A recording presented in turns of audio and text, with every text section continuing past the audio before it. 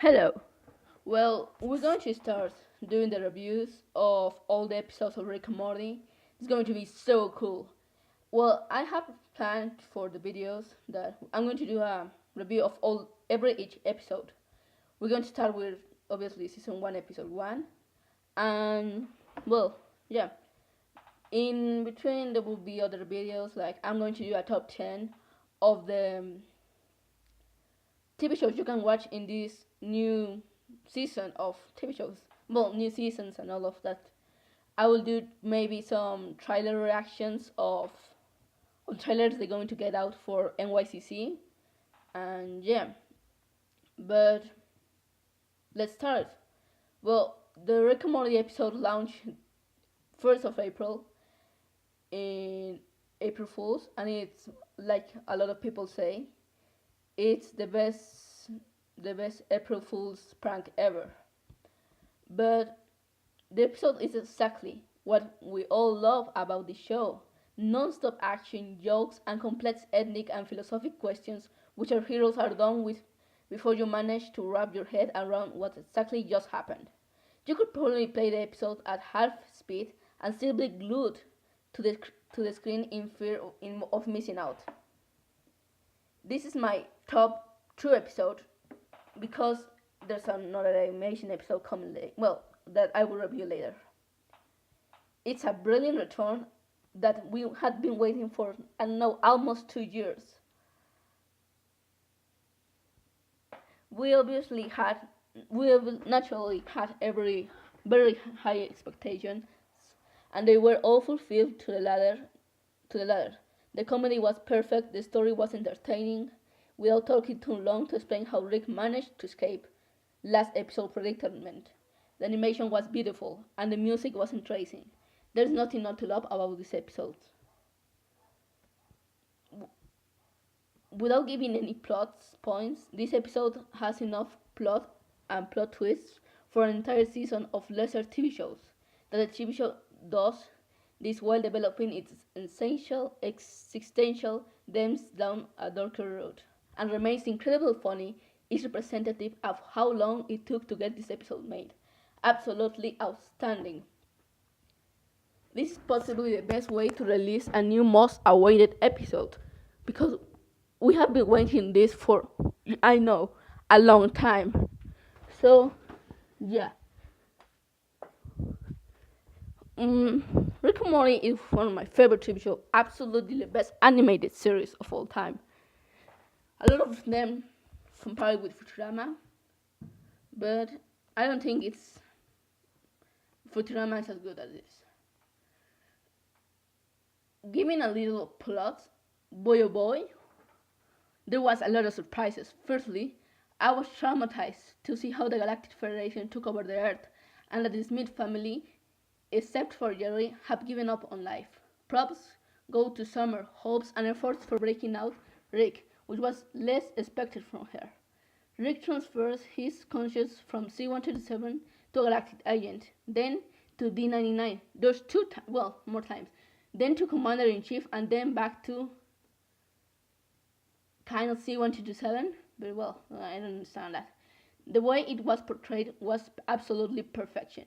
Last but not least, Rick ends up destroying Citadel of Ricks and Galactic Federation, and also causes a rift between Jerry and Beth upon returning, which will be possibly end up in divorce. So now the big question is that will we see the Citadel and Galactic Federation team up to kill Rick? And will Jerry assist them? Not to forget, Rick says in the end, it gets darker.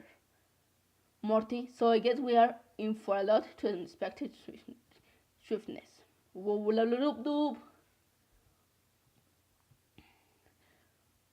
The episode was hilarious and all the stuff.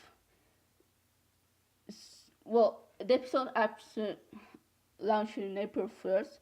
Unfortunately, we're gonna have to we need to wait like a long time to see the whole other season. Like it was in April, and then by start of August we got it. Like we need to wait like 4 months.